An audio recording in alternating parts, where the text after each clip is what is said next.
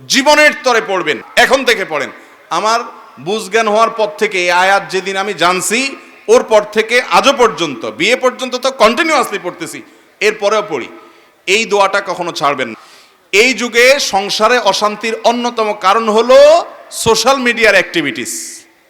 Social মিডিয়ার activities, Facebook ইউটিউবে বুধ হয়ে বইয়ের দিকে তাকানোর সময় নেই, মনোযোগ দেওয়ার সময় নেই। আপনি ফেসবুকে ইটিস বিটিস করতেছেন অন্যদের সাথে, লাইক কমেন্ট গুনতে গুনতে দিন যাচ্ছে, বইয়ের সাথে কথা বলার সময় নাই। একই কথা মহিলার জন্য প্রযোজ্য। মহিলা দেখা যাচ্ছে যে ওই সিরিয়াল দেখতে দেখতে শেষ, স্বামী আসছে, দরজা খুলে দিছে, বসো, আর সে দেখে আছে ওইদিকে। এই যে মহিলারা টেলিভিশন এবং মহিলাদের মধ্যে সোশ্যাল মিডিয়ার এডিকশন আজকাল বেড়েছে, পুরুষদের মধ্যেও। এটার নিয়ন্ত্রণ যদি কেউ করতে না পারে, তার দাম্পত্য জীবনের শান্তি কখনো আসবে। নেক্সট সুরাতে ধোকা হয়, সেটা হলো অনেকে দাওয়াতের কাজ করে, ইসলাম প্রচারের কাজ করে, সারাদিন দুই হাতে উনি ইসলাম প্রচার করতেছে, বইয়ের দিকে একটু তাকাচ্ছে না, একটু কথা বলছে না, তার সুবিধা অসুবিধাগুলো জানছে না। এগুলো আজকাল সংসারগুলোতে অশান্তি হওয়ার অন্যতম বড় কারণ হলো এই সোশ্যাল মিডিয়ার এডিকশন। এটাকে নিয়ন্ত্রণ করতে না জানলে সাংসারিক জীবনে কখনো শান্তি আসবে। অতএব ভাইরা আমার, বাসা বাড়িতে কোনো গ্যাঞ্জাম নিয়ে ঢুকবেন না। অফিস আদালতের যত ঝামেলা আছে দরজার বাইরে ফেলে রেখে বাসায় ঢুকবেন। আর মহিলারাও বাসার কোনো গ্যাঞ্জাম স্বামী বাহির থেকে আসলে পেশ করবেন না, নিজেকে ফ্রেশ হিসাবে পেশ করবেন। ইনশাল্লাহ দাম্পত্য জীবনে শান্তি আসবে। এরপরে অন্যের মুখে দাম্পত্য জীবনের সুখে থাকার মিথ্যা গল্প শুনবেন না, বিশ্বাস করবেন না। বেশিরভাগ ফ্যামিলিতে দেখা যায় যাদের সাংসারিক জীবনে অশান্তি আছে, মহিলাকে অন্য মহিলা ফুসলায়, বলে যে আপা তোমার স্বামী এরকম, আমার স্বামী তো এরকম এরকম, গল্প দেয়। এমন ভাবে গল্প দেয় মনে হচ্ছে উনি সুখের সাগরে ভাসতেছে। আপনার তখন মনে হয়, ওই মহিলার তখন মনে হয় যে হায় হায় রে, আমার কপালটা এত খারাপ। আবার একইভাবে ওই পুরুষকেও কিছু মানুষরূপী শয়তান আইসা ওয়াসওয়াসা দেয়, আইসা বলে যে ইস, আপনার জীবনে কত সুন্দর মেয়ে আসতো, কি আসলো এটা আপনার কপালে, খ্যাত, কিচ্ছু বুঝে না, কোনো স্মার্টনেস নাই, না রান্না বাড়া বুঝে না, কিচ্ছু বুঝে, আপনি কত স্মার্ট মানুষ মাশাআল্লাহ। দেবর, ভাসুর বা অন্য কোনো পুরুষ এসে খোঁচা, বলে আপা, ভাবি, আরে তোমার জীবনটা শেষ হয়ে গেল, একটা অমানুষের সাথে জীবনটা পার হয়ে গেল, তোমার দেখলে খুব মায়া হয়, আমার খুব খারাপ লাগে। আবার একই কথা ওই পুরুষকে তার অফিসের হয়তো মহিলা কলিগ বলে যে ভাবিকে আপনার সাথে মানায় না, আসলে খুব স্যাড। আছে না নাই? এগুলা দেখতে মানুষ হলে এগুলো মূলত ইবলিস। এগুলো মূলত কি? যারা বোকা তারা এই ইবলিসীয় মানুষরূপী ইবলিসদের কুমন্ত্রণা শুনে মনে করে হারে আসলেই তো আমি তাহলে অনেক কষ্টে আছি, সে মনে অনেক সুখে আছে। যেই বেটা এই গল্প দিয়েছে, ওর সংসারে যে পরিমাণ অশান্তি হয়, যে পরিমাণ বিশ্বযুদ্ধ লেগে থাকে, ও অনেক বড় শেয়ানা। আপনার কাছে এমন ভাবে সাজে যেন তাদের দাম্পত্য জীবনে খুব বেশি সুখী। আপনি আপনার বউয়ের সাথে ডেইলি যতবার চুলাচুলি করেন তার 3 গুণ কমপক্ষে ওর বাসায় হয়, কিন্তু সে আপনার সামনে ভাব ধরে এমন। তো এই ব্যাপারে বিচক্ষণতার পরিচয় দিতে হয়। মনে রাখবেন, অনেক সময় দেখা যায় যে কই তারা তো অনেক ভালো, অনেক হাসি খুশি, ভেতরে ত্রাস হয়ে যাচ্ছে, আপনি জানেনও না। এই জন্য অন্যের সুখ দেখে বা সুখের মিথ্যা গল্প শুনে বেশিরভাগ নারী পুরুষরা, বেশিরভাগ স্বামী স্ত্রীরা ধোঁকায় পড়ে যায়।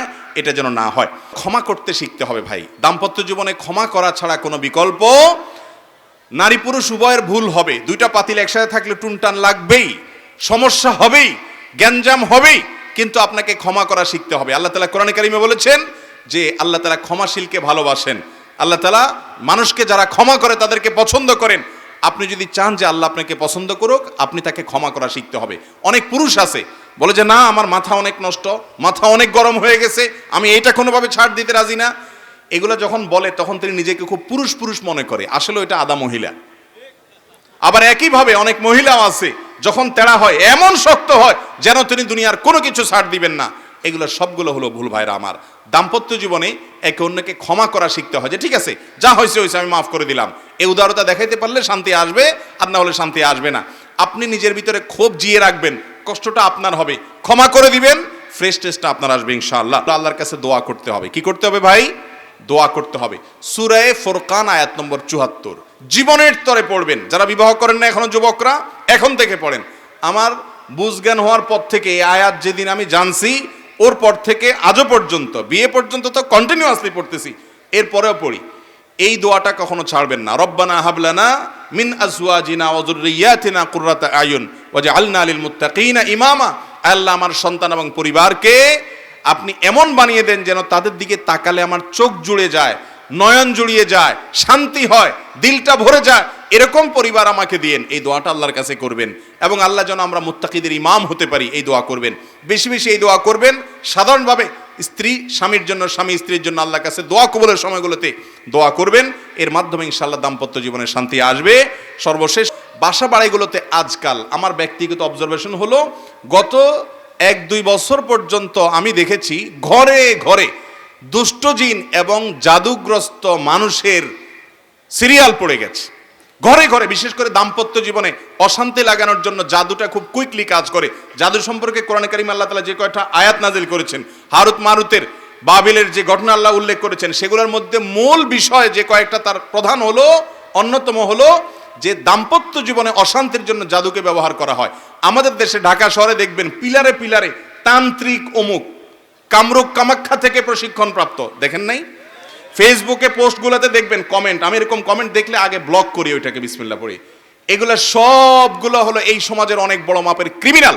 আমি সবসময় বলি, আমাদের দেশের আইন শৃঙ্খলা রক্ষাকারী বাহিনী যারা আছেন, তাদের উচিত এই সমস্ত তান্ত্রিক লোকগুলোর ব্যাপারে অবজারভেশন করে, স্টাডি করে এদেরকে আইনের আওতায় আনা।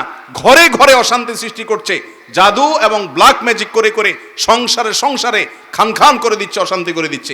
গত সপ্তাহে এক দম্পতি আমার অফিসে এসেছেন। ওনারা বললেন যে ভাই, আমরা একে অন্যকে এত ভালোবাসতাম, যেটা কল্পনাতীত ছিল, কেউ কাউকে ছাড়া আমরা বাঁচতাম না, এমন একটা অবস্থা ছিল। আর এখন মহিলাও বলতেছে যে ওনাকে দেখলে আমার মনে হয় যে গায়ে আগুন জ্বালাই দিছে কেউ, আর স্বামীও বলতেছে একই অবস্থা আমার হয়।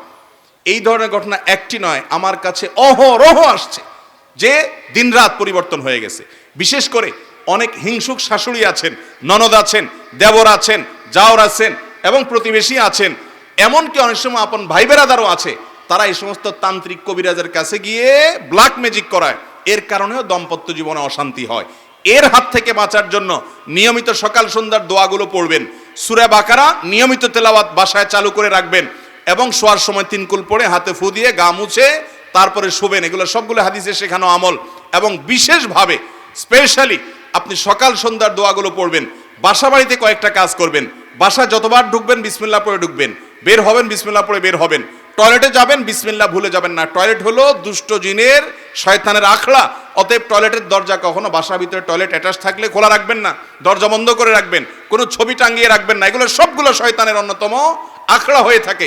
এই সবগুলো থেকে যদি পরিচ্ছন্ন রাখতে পারেন, ইনশাআল্লাহ দুষ্ট জিন এবং শয়তান এবং ব্ল্যাক ম্যাজিক থেকে আল্লাহ তাআলা হেফাজতে রাখবেন ইনশাআল্লাহ। আল্লাহর উপরে ভরসা রেখে বলতে পারি, দাম্পত্য জীবনটা আপনি উপভোগ করবেন।